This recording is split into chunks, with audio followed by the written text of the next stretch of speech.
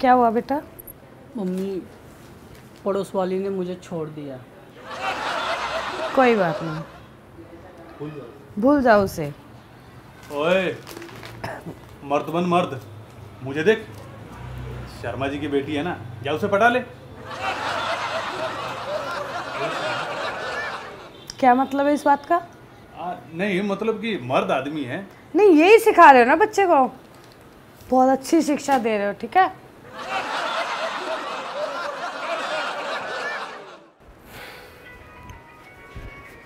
अरे हाँ आल, अरे यार क्या हुआ? अरे यार, वो जो पड़ोस वाली पिंकी थी ना, हाँ छोड़ दिया। मुझे छोड़ दी। चलो ठीक है, दारू पीने चलते हैं। चल बेटा, लगाएंगे आज दबा के। हाँ ठीक। अरे भाई कहाँ है तुम्हारा लाडला, दिखाई नहीं दे रहा। ये लो, ये आ गया। कहाँ था भाई?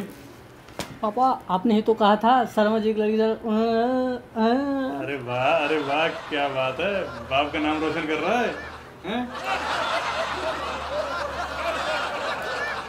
और तू? अरे वैसे ही हम तो। ये तो है ही है। ठीक है बेटा, देखते हैं।